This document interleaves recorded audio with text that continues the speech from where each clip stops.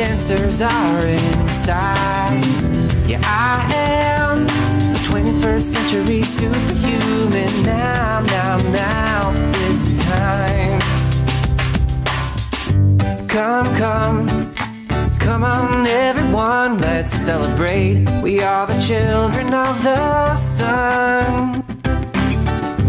I can see you when I look into your eyes. We are the same, we are light, yeah, we are one. Here now, hear my ancient prayer and sing along. We are awakening as one. And we can make a difference. Yeah, we can be the change it takes to make the world. Hi there, I'm Cary Ellis, author of 21st Century Superhuman, and I'm here with you today because I've got so many people writing to me and asking me if I'm feeling the energies. Are you feeling the energies? There's so much going on. It's currently the 7th of March, 2016, and we are just coming up upon tomorrow. The 8th is the first solar eclipse in a series of, I believe, 5 eclipses coming this month, or a series of 5 eclipses coming. And there's also a prediction of an asteroid passing between the Earth and the Moon at relatively close distance. I mean, it's predicted by NASA. There's a lot of fear pouring out there about what could happen and all of that, but really good thing is to know that you're aligned with your own heart, to know where you are, what you're doing is appropriate for you, because truly there is no death. And perhaps we drop the body at some point, but we are eternal beings. And perhaps we come to a point where we learn we don't have to drop these bodies. But I've been getting messages from so many people saying, are you feeling the energies? I feel like my molecules are dissolving. Can you see the energies? Can you, how do you experience them? And so I just thought, even though I usually do these shows with other people, and it's always fun to have somebody else to dialogue with, it makes it a little more, active or whatever. But I just wanted to reach out to a bunch of you because I'm getting all these questions and I just can't even respond to everybody. So interestingly enough, I was reading, and I posted the last few days on Facebook, and I have my personal Facebook, Cary Kirastar Ellis, and then a private news group called 21st Century Superhuman Quantum Lifestyle, which I invite you to join. Anyone can post in it once they are approved. We are posting on the positive change that we're moving into, and that's really what that group is for. Now that we're realizing that we live in a quantum world, one of the great initiators of our understanding of how malleable this world is, how important the magnetic field is, was Greg Braden. And in his books, Awakening to Zero Point, Walking Between the Worlds. I mean, I remember listening, before he even wrote the books, I remember listening to DVDs of him, or it was before DVDs, it was video cassettes. Like back in the late 80s or something, he was in Denver and began really grasping this. But this article I posted the other day is from '07, and he's talking about the magnetic fields of the planet and how they're shifting. And I think I woke up this morning, Ken, who does the Jedi trainings with me, I spoke with him this morning, and he said, did you wake up in the middle of the night? And I said, yeah. And we had both woken up at exactly the same time in 2 different time zones, like totally wide awake. And then I'm with a group of people at a kind of a hostel-like place in Costa Rica on the Pacific coast. And we all were going to travel somewhere, and we got up and said, wow, we don't know if any of us feel like traveling. We all feel like we're floating off the ground. So I said, oh, I'm feeling about like it's 0 point here today. And I think we're always, when we move into a really high energetic time, whether it be an eclipse, a solar eclipse, a lunar eclipse, an astrological event, what we are usually in a window of that 3 days ahead of time and 3 days after. So it isn't just that day and that time. So we begin feeling the energies, and we can use these energies to get more aligned with our hearts and souls, to align with our mission and our vision for our lives and why we're here on the planet. Because one of the greatest things that we can be doing right now is reclaiming our own creativity. You know, we've lived in this civilization for thousands of years that's been run by this materialistic system, and which we at some level agreed to be in this duality experiment. And we are now getting an opportunity to wake up, to recognize that our thoughts are creating this reality. When we see something outside of us that we do like or that we don't like, it's coming literally from the vibration inside of us. And this is a big deal to understand. I am going to be doing about 10 videos in the next 2 weeks called Critical Things You Must Know to Be a 21st Century Superhuman. And I'm going to be talking about these things. And I'm going to be interviewing a whole series of different people, including Dr. Michael Rice on the ancient Aramaic. We're going to do a bunch of really exciting shows that explain why we've got to start getting this stuff and grow beyond this old two-dimensional duality reality of black and white, good and bad that we're living in, because we are multidimensional creative beings, and we literally are all one. I always say, people say, well, how is it we're all one? And everything I talk about really is in the book, 21st Century Superhuman. If you don't have it, I encourage you to get it. It's available as a paperback and on Kindle on Amazon. Instructions are on our website, 21stcenturysuperhuman.com. But what we talk about is that this is the time that we're awakening to, that we understand our thoughts create our reality. And if we are seeing something we don't like outside of ourselves, it is literally an old resonance coming from inside of us. That's probably from residual experience in this lifetime, but then 10,000 generations of blame, rage, fear, hostility, and control. What's really interesting is hostility or anger and fear and blame are very easy to identify. Oh yeah, I've got those conquered. I don't do those things anymore. Or when they come up, I move them out right away. But judgment and control are subtle ones. And judgment and control are good to pay attention when we have those coming up. I mean, I get them coming up. So, you know, we all have this old residual that comes up. But the cool thing is, we now have the tools to know how to clear it out. And I'm going to go into that this week in some of the videos that I do. But I want to read you a little bit from this piece by Greg. It's an interview with Greg Braden, and he's talking about the magnetics of the planet, because I definitely feel like I'm in 0 point energy today. And I'm feeling, because so many people were writing me, that other people are feeling the same thing. There's a lot of undercurrent news out that we could be close to a sort of pole shift. But again, remember, all these things are orchestrated by us, by our energy, whether it's living in joy and creativity or whether we're living in fear. And this world is a giant hologram. So let me just read a little bit of this to you, because I think it's really good, and maybe you will identify where you are. First of all, they're talking about the astronauts and how the astronauts went out into a zero gravitational field. And when they did, they had things happen that they didn't expect to have happen. And that was really surprising. And some didn't know how to deal with it. Excuse me. There's been burning around here, and it's been irritating my lungs a little bit. But and Edgar Mitchell ended up starting the Noetic Sciences Institute, who just passed recently and has been a great leader in our awakening to our greater awareness of who we are.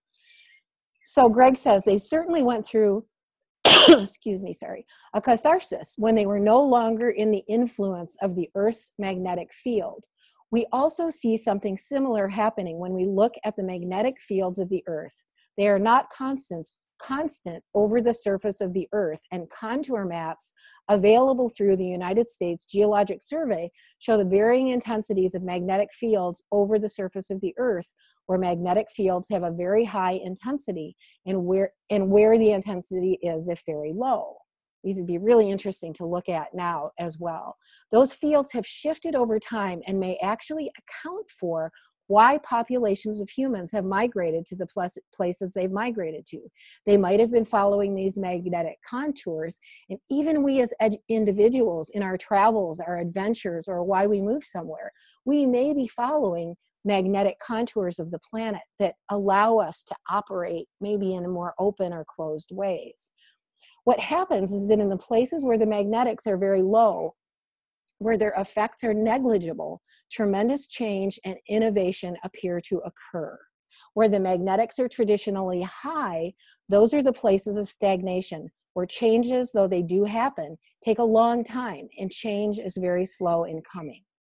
If I were coming here from another world and I didn't know anything about the people of the earth, and if I were looking for a place where the opportunity of change was the greatest, I would look for the zero contour lines. And if you look at the map of the magnetics of the earth today, what you find is that there is a zero contour line that runs along the west coast of North America, along the California coast, and up off the coast of Alaska. In other words, the magnetics along the west coast are almost nil. And what I would say here on the Pacific coast of Costa Rica today is it feels like the magnetics are almost nil here. And when I know of what my friends are doing along the coast of South America in Peru, which is again this western coast, I am imagining there's probably pretty low magnetics there as well. When we think of the West Coast, we think about the wacky Californians. Well, the truth is California is a seed, one of several, and it's traditionally been very innovative in technology, science, fashion, finance, and the arts, because there's an opportunity for tremendous change there. Within North America, the flip side of that would be an area of highest magnetics where the magnetic fields are the most dense. And you can find this down through some of the southeastern states. The very states that are traditionally viewed as being conservative. This doesn't mean that change can't happen there. What it says, however, is that change may take a long time, and the people have to see a really good reason before they are going to budge from what they've always done. And Wynn, who's interviewing him, says, so where the magnetic field is less dense, people are more open to the moment. Greg, they're open to change, period. If it doesn't mean that the change is good, bad, right, or wrong, it is important to be clear about this. The consciousness of the people will determine how that change comes about.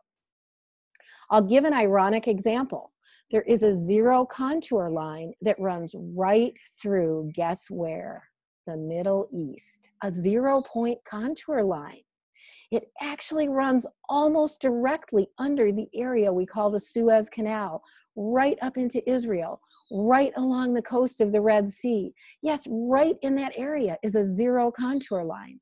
This means that area is ripe for change. But again, how that change comes about, whether it's peaceful and constructive or angry and destructive, is determined by the consciousness, and we hear a siren going off, of the people who live there. Wins, so it's not good or bad either way. Greg, precisely. It is simply an opportunity for change. At the same time, the highest magnetic contour lines noted anywhere on the planet have traditionally been in portions of the former Soviet Union, Russia, and Siberia. So these are high magnetic contour lines. We know that in that part of the world, when there was a system in place, while change came about, it was slow and painful, a long time coming, with a lot of suffering. But when the change happened, there was a cascade effect, and it happened almost overnight. And we've got a lot of change going on over there right now with Putin at the helm, which is great.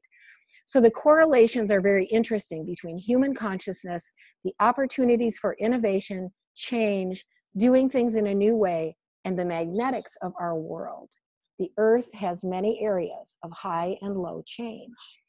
So I think that's just a really, really interesting insight on what we're all dealing with right now, because I believe we're all in the midst, wherever we are, of magnetic changes. And some of you who are in my circles may notice, I think what I've been doing lately is pulling back from a lot of the controversial conversation that's going on, because to me, it's choosing to stay in the duality. And what I've chosen to do is to step out of that and to say, breathe, smile, and love. And if anything comes up outside of that, just cancel, release, and let go. This is how we operate as creator beings, multidimensional beings of love in a quantum world. And it's so simple. Einstein says if you can't explain it to a 6-year-old, you don't understand it very well yourself. I end up writing this over and over to people. It's the best answer there is for everything right now. And where you see controversy going on between people, between governments, between people wanting to discount someone else or, you know, play in that kind of old data mentality, which is blame, fear, judgment, hostility, or control, the best thing to do is to breathe, smile, and notice what comes up in yourself and what's in yourself that is outside of love. Say, oh, I'm getting a mirror. I'm getting an opportunity to cancel, release, and let this go. This is what Yeshua came to teach. This is what Buddha came to teach. This is what Muhammad came to teach. That's been misinterpreted by cultures, by power over cultures around the world.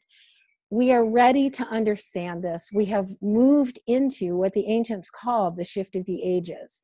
We have just come through 6 2,000-year cycles of darkness in the cosmos, and we are moving into 6 2,000-year cycles of light. If you think we're not going to make it, think again. It's just, are you ready to be on board for this change? Are you ready to let go of your old stuff?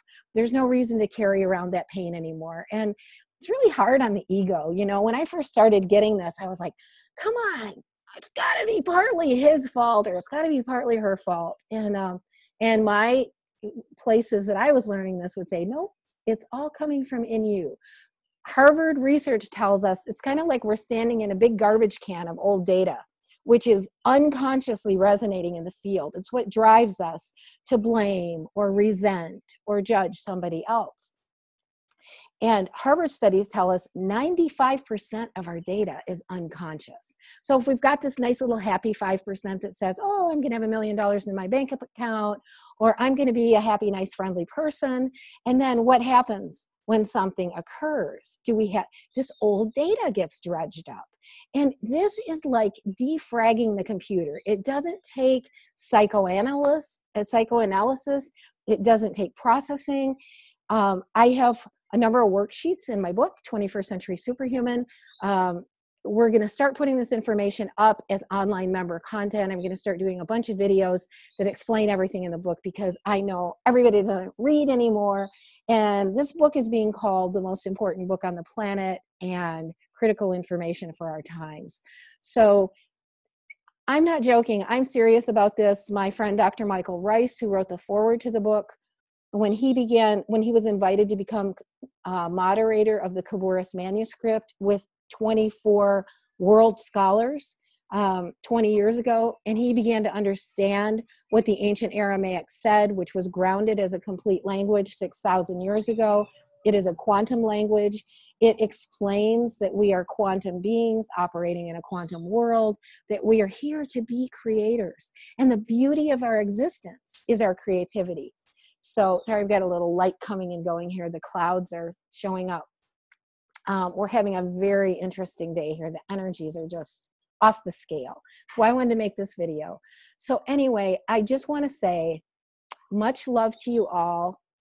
When we are in a crescendo between light and dark right now, and there is no battle. The truth is, all that is not of light and love and the flow of abundant creative source energy is going to disintegrate with these greater fields of light that we're moving into as Earth is getting bombarded with more light, according to NASA. I mean, the science is documented in my book, which is great.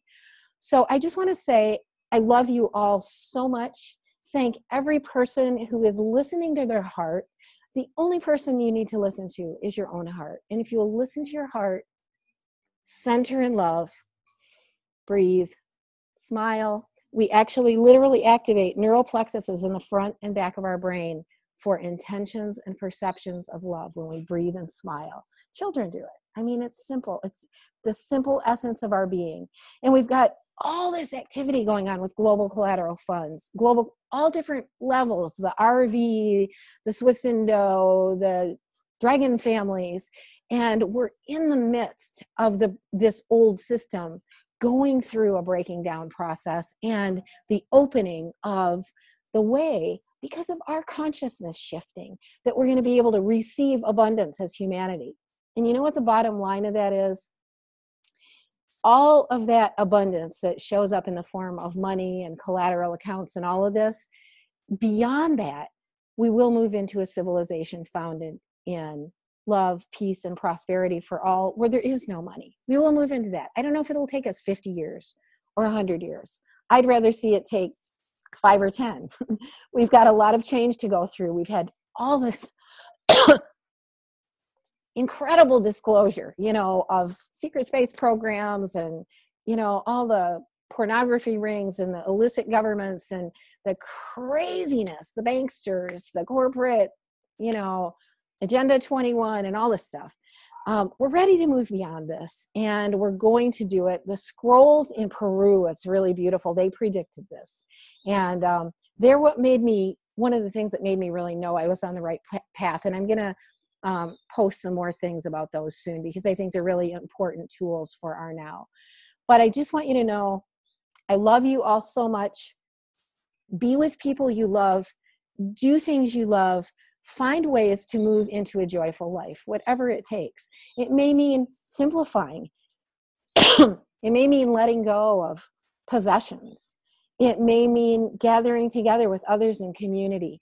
This change is about us. The new earth is about us moving into a way of living that is based in love, based in peace, based in enough for everyone, and honoring all life, honoring Mother Gaia, all the animals, all the plants, and our galactic family, and our multidimensional selves.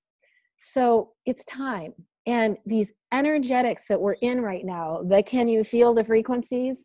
Can you feel the shift we're in? That is the nudge. It's the nudge to say, move, take those steps you've been dreaming of, honor yourself, enter into your own heart and soul, and follow the path that you're directed to.